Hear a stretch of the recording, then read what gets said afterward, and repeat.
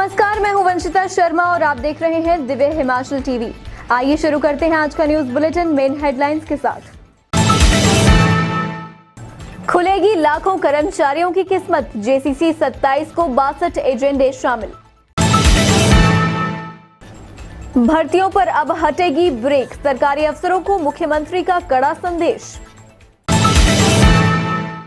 TGT शिक्षक संघ को डर, कहीं प्रमोशन कोटे से ना हो जाए छेड़छाड़।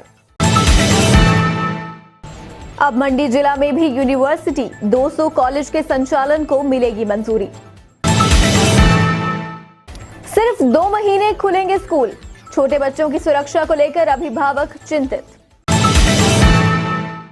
मंगलवार को 63% छात्र पहुंचे स्कूल, 7 बच्चे पॉजिटिव। हिमाचल में 13 नवंबर तक साफ रहेगा मौसम, रातें सर्द, दिन होने लगे गर्म। और अब समाचार विस्तार से। आखिर 4 साल बाद कर्मचारियों की मुराद पूरी हो गई है। राज्य सरकार ने संयुक्त सलाहकार समिति की बैठक तय कर दी है। प्रदेश भर के कर्मचारी लंबे समय से इस बैठक का इंतजार कर रहे थे। ये बैठक 27 नवंबर को सुबह 11 बजे शुरू होगी। देखिए ये विस्तृत रिपोर्ट। आखिर 4 साल बाद कर्मचारियों की मुराद पूरी हो गई है। राज्य सरकार ने संयुक्त सलाहकार समिति की बैठक तय कर दी है। प्रदेश भर के कर्मचारी लंबे समय से इस बैठक का इंतजार कर रहे थे। ये बैठक 27 नवंबर को सुबह 11 बजे शुरू होगी। संयुक्त सलाहकार समिति में कर्मचारियों से जुड़े 62 एजेंडे शामिल किए गए हैं। राजपत्रित कर्मचारी महासंघ को बैठक के संबंध में जानकारी दे दी गई है। मुख्यमंत्री कार्यालय से इस बारे में मुख्य सचिव को पत्र जारी किया गया है। मुख्यमंत्री जयराम ठाकुर ने इसी माह बैठक आयोजित होने की बात कही थी और अब इसी आधार पर फैसला लिया गया है। जयराम सरकार के कार्यकाल में 4 साल बाद पहली बैठक होने जा रही है। इस बैठक के लिए 60 से ज्यादा एजेंडा आइटम सरकार के पास दी गई है। जेसीसी की बैठक में सरकार नए पे कमीशन पर भी ऐलान कर सकती है। अनुबंध अवधि कम करने और पुरानी पेंशन बहाल करना भी इस बार एजेंडे में शामिल किया गया है। उपचुनाव में हार के बाद होश में आई सरकार अब किसी भी सरकारी एजेंसी को खुली छूट देने के मूड में नहीं लगती। भर्तियों में लगी रोक को लेकर मुख्यमंत्री के तेवर तो कुछ ऐसा ही इशारा करते नजर आते हैं। आज उन्होंने सरकारी विभागों की लापरवाही से न्यायालयों में लंबित नौकरियों के मामलों पर अफसरों के साथ सरकारी वकीलों को भी तलब किया है। मंगलवार को सचिवालय में मुख्य सचिव से लेकर सभी अफसरों के साथ बैठक में एडवोकेट जनरल और उनकी टीम भी बुलाई गई। देखिए क्या हुआ इस विशेष बैठक में। सरकारी विभागों की लापरवाही से न्यायालयों में अटके नौकरियों के मामलों पर मुख्यमंत्री जयराम ठाकुर ने अब अफसरों के साथ सरकारी वकीलों को तलब किया है। मंगलवार को सचिवालय में मुख्य सचिव से लेकर सभी अफसरों के साथ बैठक में एडवोकेट जनरल और उनकी टीम भी बुलाई गई थी। बैठक में मुख्यमंत्री जयराम ठाकुर ने प्रदेश के सभी विभागों में बेहतर समन्वय बनाए रखने की आवश्यकता पर बल दिया ताकि विभिन्न न्यायालयों में चल रहे मामलों को शीघ्र सुलझाया जा सके और प्रदेश में विकासात्मक गतिविधियां निर्बाध रूप से चलती रहें। आज हम एडवोकेट जनरल के साथ कुछ एक डिपार्टमेंट्स की जो हमारे केसेस पेंडिंग है हाई कोर्ट, उसके सिलसिले में हमने विस्तार से बातचीत की है।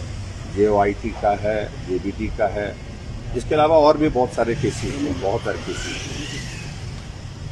उनको जल्दी हम कैसे एक्सपेडाइट कर सकते हैं ताकि बहुत सारी अपॉइंटमेंट जो पेंडिंग है हमारे यहाँ हिमाचल प्रदेश में, उस प्रोसेस को हम कंप्लीट कर सकें, लोगों को रोजगार भी दे सके और रोजगार के साथ साथ में उनको राहत भी दे सके। तो उस दृष्टि से हमने विस्तार से बातचीत की है। उसके अलावा बहुत सारे और भी डिपार्टमेंट के केसेस थे, उन पर भी डिटेल में हमने चर्चा की। कोऑर्डिनेशन बेहतर रहे हाई कोर्ट के हमारी जो एडवोकेट की जो टीम है, एडिशनल एडवोकेट जनरल, ताकि जो भी मामला इस प्रकार से हाई कोर्ट में कहीं जाकर के अटक जाता है, जिसके कारण नुकसान होता है प्रदेश में, जिसके हमारे सारे बहुत सारे प्रोजेक्ट्स को उसको जल्दी में एक्सपेडाइट कर सके, उस सारी चीज़ को लेकर के हमने आज डिटेल में बात की। मुख्यमंत्री ने कहा कि राज्य सरकार ने लिटिगेशन मॉनिटरिंग सॉफ्टवेयर विकसित किया है। और इस सॉफ्टवेयर में सभी अदालती मामले दर्ज किए जा रहे हैं। जयराम ठाकुर ने कहा, JOA, IT, JBT इत्यादि से संबंधित अदालती मामलों में तेजी लाई जानी चाहिए, क्योंकि इससे हजारों युवा लाभान्वित होंगे। इन भर्तियों पर लगी रोक को हटाने के प्रयास किए जाएंगे। उन्होंने न्यायालयों से इन मामलों को सुलझाने का अनुरोध किया है। TGT शिक्षकों में एक बार फिर पदोन्नति कोटे को लेकर असमंजस की स्थिति बनने लगी है। स्कूल प्रवक्ता और TGT कैडर में 50-50% कोटे को यथावत रखने की मांग उठने लगी है। TGT वर्ग का तर्क है कि पूर्व में संख्या के आधार पर ये व्यवस्था बनाई गई थी, लिहाजा इससे कोई छेड़छाड़ न की जाए। देखिए और क्या चाहते हैं TGT शिक्षक। हिमाचल प्रदेश सरकार ने नवंबर 2018 में प्रधानाचार्य कोटे के फीडिंग कैडर प्रमोशन अनुपात में जो बदलाव की प्रक्रिया शुरू की थी, उस पर समस्त शिक्षक संघों की राय लिए बिना कोई अंतिम फैसला न लिया जाए। हिमाचल राज्य के TGT कला संघ के प्रदेशाध्यक्ष सुरेश कौशल का कहना है कि TGT कैडर और प्रवक्ता कैडर की संख्या का अनुपात देखते हुए वर्तमान 50:50 कोटे में कोई भी कटौती न की जाए और पदोन्नति कोटे में यथास्थिति जारी रखें। 2008 में प्रवक्ता कैडर की कुल संख्या 16,589 है। उनको प्रधानाचार्य पदोन्नति हेतु 50% कोटा मिला है। इसमें सीधी भर्ती और प्रमोटी प्रवक्ता और वोकेशनल प्रवक्ता वर्ग शामिल है।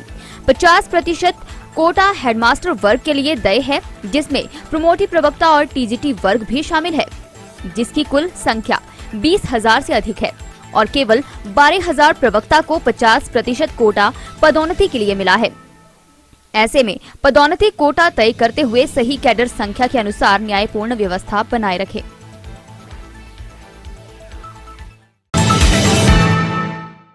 राज्य मंत्रिमंडल में मंजूरी मिलने के बाद अब मंडी जिला में दूसरा विश्वविद्यालय बनने की प्रक्रिया शुरू हो गई है।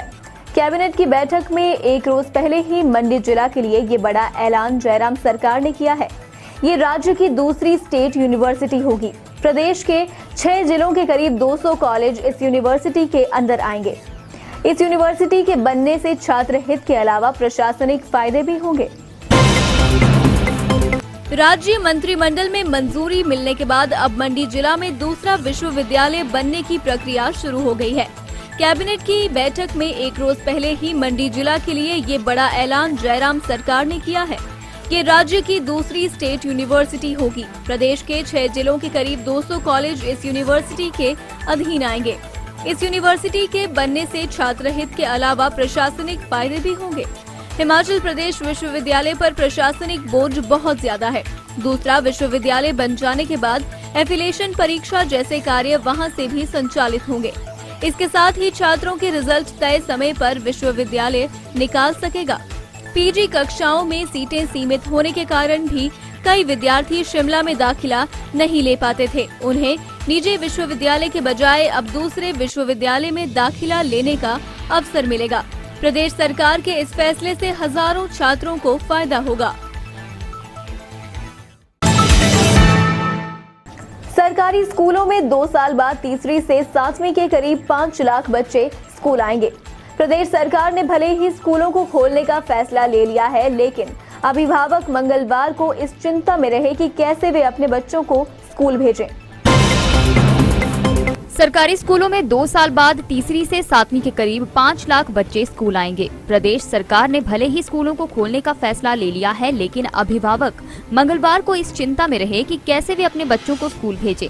सरकारी स्कूलों में अभिभावक जहां बच्चों को भेजने के लिए तैयार दिखे, वहीं निजी स्कूलों के अभिभावकों का कहना था कि साल खत्म होने को अब केवल 2 माह बचे हैं। ऐसे में एकदम से स्कूल खोलने का फैसला सही नहीं है। अब केवल 2 माह के लिए वर्दी खरीदनी पड़ेगी। वहीं बच्चों को स्कूल भेजने के लिए टैक्सी कैसे हायर होगी? स्कूलों में बच्चों की सुरक्षा को लेकर अभिभावक चिंतित हैं। हालांकि शिक्षा विभाग ने स्कूलों के लिए पहले ही SOP जारी की है और उसी SOP के तहत बच्चे स्कूल आएंगे।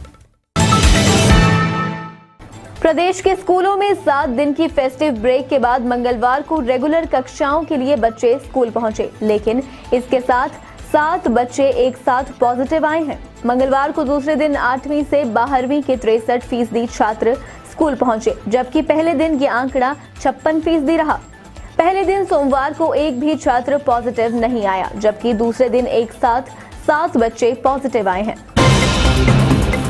प्रदेश के स्कूलों में 7 दिन की फेस्टिव ब्रेक के बाद मंगलवार को रेगुलर कक्षाओं के बच्चे स्कूल पहुंचे, लेकिन इसके साथ 7 बच्चे एक साथ पॉजिटिव आए हैं। मंगलवार को दूसरे दिन 8वीं से 12वीं के 63% छात्र स्कूल पहुंचे, जबकि पहले दिन यह आंकड़ा 56% रहा। पहले दिन सोमवार को एक भी छात्र पॉजिटिव नहीं आया, जबकि दूसरे दिन एक साथ 7 बच्चे पॉजिटिव आ गए। ऐसे में स्कूलों को अब ज्यादा एहतियात बरतने की जरूरत है। इसमें हमीरपुर से 1, कांगड़ा से 4 और ऊना से 2 छात्र पॉजिटिव आए। स्कूलों में अब नियमित कक्षाएं शुरू कर दी गई हैं। छोटी कक्षाओं के लिए भी अब स्कूल खोल दिए गए हैं। ऐसे में अब नियमित बच्चे स्कूल आएंगे। स्कूल प्रिंसिपल को पूरी एहतियात बरतने की हिदायत दी गई है।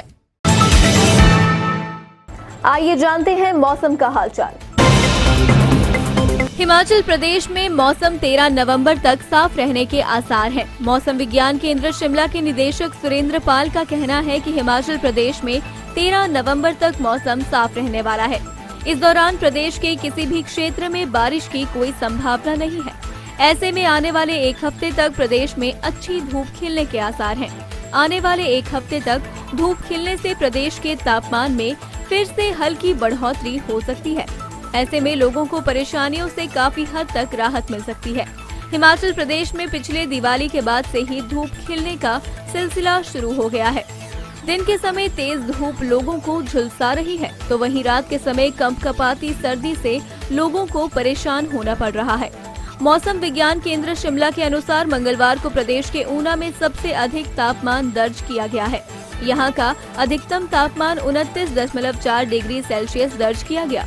इसके अलावा राजधानी शिमला में 17.8 डिग्री सेल्सियस, सुंदरनगर में 27.7 डिग्री सेल्सियस, धर्मशाला में 22.4 डिग्री सेल्सियस, केलोंग में 11.8, सोलन में 24.5 डिग्री सेल्सियस, हमीरपुर में 26 और बिलासपुर में 27.5 डिग्री सेल्सियस न्यूनतम तापमान दर्ज किया गया है। चलते चलते में नजर डालेंगे आज के कुछ और मुख्य घटनाओं पर। पांवटा साहिब में कॉलेज जा रही छात्रा से सिरफिरे युवक ने की मारपीट, कई दिनों से कर रहा था परेशान। हिमाचल में सेब ने तोड़े रिकॉर्ड, अब तक 3 करोड़ पेटियां पहुंची बाजार। कुफरी में खाई में गिरी कार, 1 की मौत, 2 सवार गंभीर रूप से जख्मी। रोहड़ू में चोरों ने तोड़े घरों के ताले, 2 लाख नकदी संग सामान ले उड़े।